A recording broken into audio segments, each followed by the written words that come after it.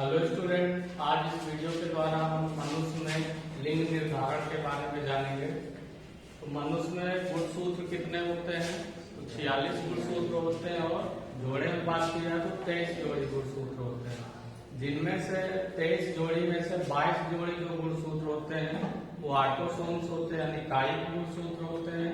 और जो एक जोड़ी यानी जो 23वीं जोड़ी होती है उसे हम लिंग गुणसूत्र या हेटेरोसोम्स या एलोसोम्स कहते हैं। तो जो लिंग का निर्धारण होता है तो वो इन्हीं जो लिंग गुणसूत्र होते हैं उन्हीं के द्वारा होता है।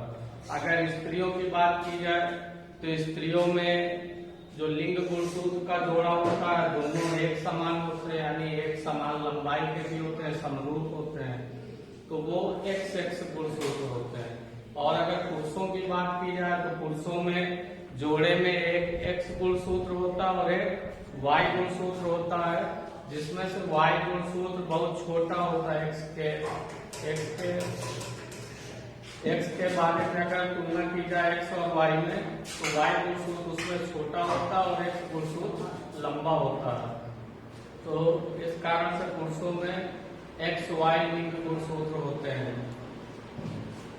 अब यहाँ पर जैसे मनुष्य में 23 जोड़ी गुणसूत्र होते हैं, यानी टोटल 46, जिनमें से 22 जोड़ी क्या ऑटोसोम्स है, यानी कायिक गुणसूत्र होते हैं, यानी वो चाहे स्त्री हो चाहे पुरुष हो उसमें से 22 जोड़ी गुणसूत्र सभी में एक समान होते हैं। और कैसे होते हैं? सभी एक्स एक्स ही होते हैं।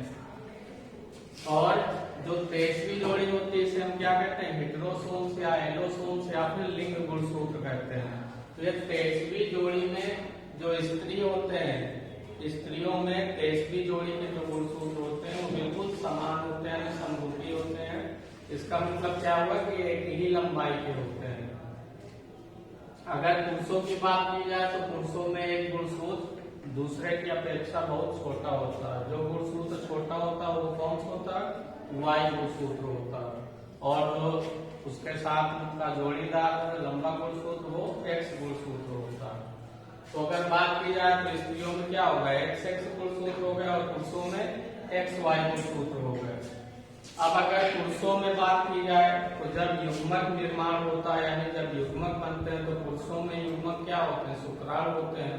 तो शुक्राणुओं के निर्माण के समय जो जितने भी शुक्राणु होते हैं, क्योंकि पुरुषों में 2 प्रकार के गुणसूत्र हैं, 50% क्या है?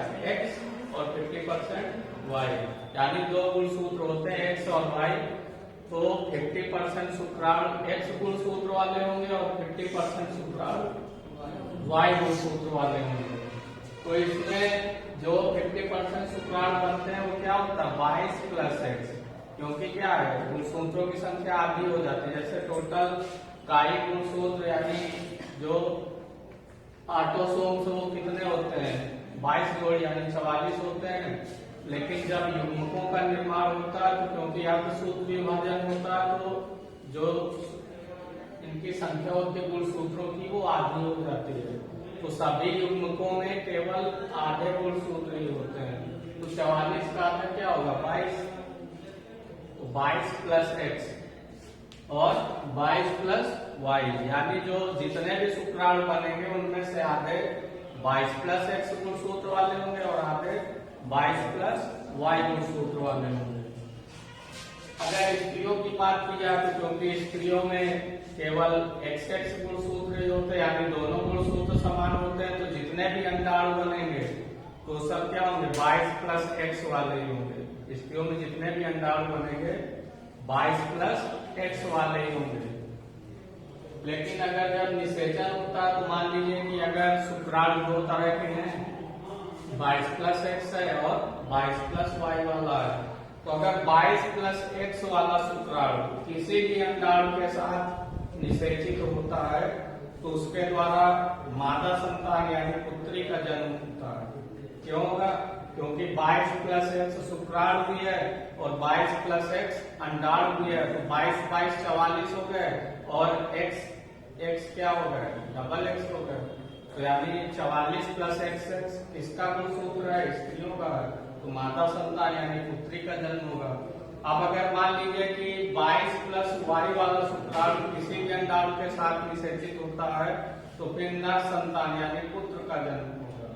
क्यों होगा? क्योंकि शुक्राणु कौन सा 22 प्लस वाई, अंडाणु कौन सा 22 प्लस एक्स, तो 22 22 44 हो गए और एक्स वाई हो गया। एक्स वाई मतलब नर संतान यानी पुत्र का जन्म होगा। अब यहाँ पर जैसे देखते हैं तो पुरुषों में टोटल गुणसूत्र 44 प्लस एक्स वाई, इसका मतलब क्या हुआ 44 हो गए कायिक या ऑटोसोम और एक्स वाई हो गया लिंग गुणसूत्र। ठीक है, अब इसमें जो युग्मक बनेंगे तो युग्मक क्या होते हैं? शुक्राणु होते हैं। तो आधे शुक्राणु होंगे 22 प्लस एक्स के, आधे होंगे 22 प्लस वाई के। अंडाणुओं की बात की जाए स्त्रियों में, तो स्त्रियों में टोटल गुणसूत्र कितने होते हैं? 44 प्लस एक्स एक्स, यानी 44 क्या है 22 जोड़ी जो होते हैं वो ऑटोसोम्स है और एक्स एक्स लिंग गुणसूत्र है। तो इसमें भी जब युग्मक यानी अंडाणु बनेंगे तो 50% अंडाणु 22 प्लस एक्स, 50% 22 प्लस एक्स, तो दोनों एक ही जैसे हैं, तो सारे अंडाणु क्या होंगे? सभी 22 प्लस एक्स वाले ही होंगे। अब इसमें क्रॉस कराना है तो 22 प्लस एक्स का 22 प्लस एक्स पे क्रॉस कराएंगे तो क्या हो जाएगा? 22 बाई 44, 44 प्लस एक्स एक्स। फिर 22 प्लस एक्स का 22 प्लस वाई पे कराएंगे तो क्या हो जाएगा? 44 प्लस एक्स वाई, ये हो जाएगा 44 प्लस एक्स वाई। अब 22 प्लस एक्स का 22 प्लस एक्स से मल्टीप्लाई कराएंगे यानी क्रॉस कराएंगे तो क्या होगा? 44 प्लस एक्स एक्स। अब 22 प्लस एक्स का 22 प्लस वाई कराएंगे तो क्या होगा? 44 प्लस एक्स वाई। तो अब यहाँ पर देखें तो 44 प्लस एक्स एक्स, इसका मतलब क्या होगा? मादा संतान, यानी ये क्या होगा? पुत्री। 44 प्लस एक्स वाई यानी नर संतान है, तो इसका मतलब क्या होगा? पुत्र। 44 प्लस एक्स एक्स यानी मादा संतान, इसका मतलब पुत्री। और 44 प्लस एक्स वाई यानी नर संतान है यानी पुत्र। तो अगर यहाँ पर देखा जाए तो जो 50% संतानें होंगी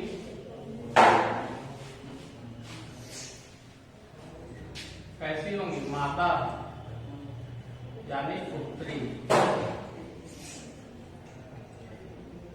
ठीक है, और 50% संतानें क्या होंगी? नर होंगी यानी पुत्र। 50% संतानें नर यानी क्या होंगे? पुत्र।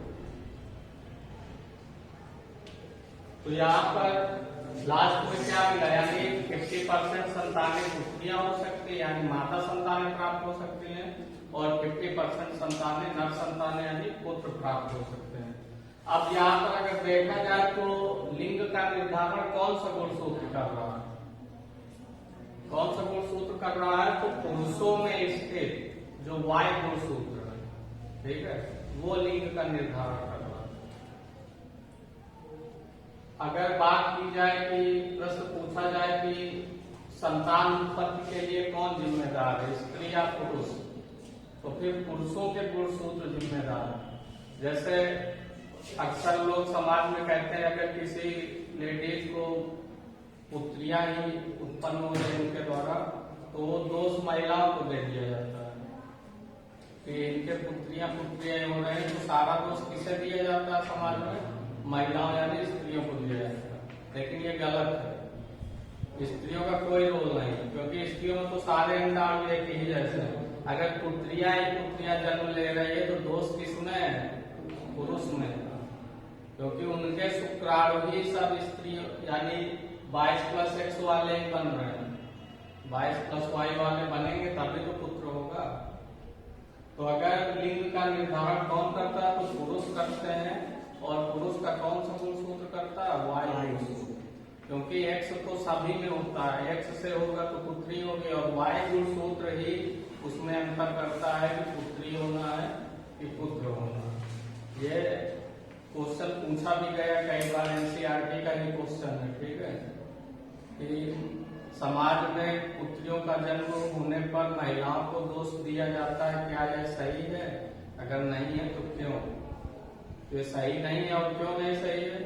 क्योंकि क्योंकि अभी पढ़ा ही है कि यहाँ पर लिंग के निर्धारण के लिए कौन जिम्मेदार है, किसका गुणसूत्र जिम्मेदार है।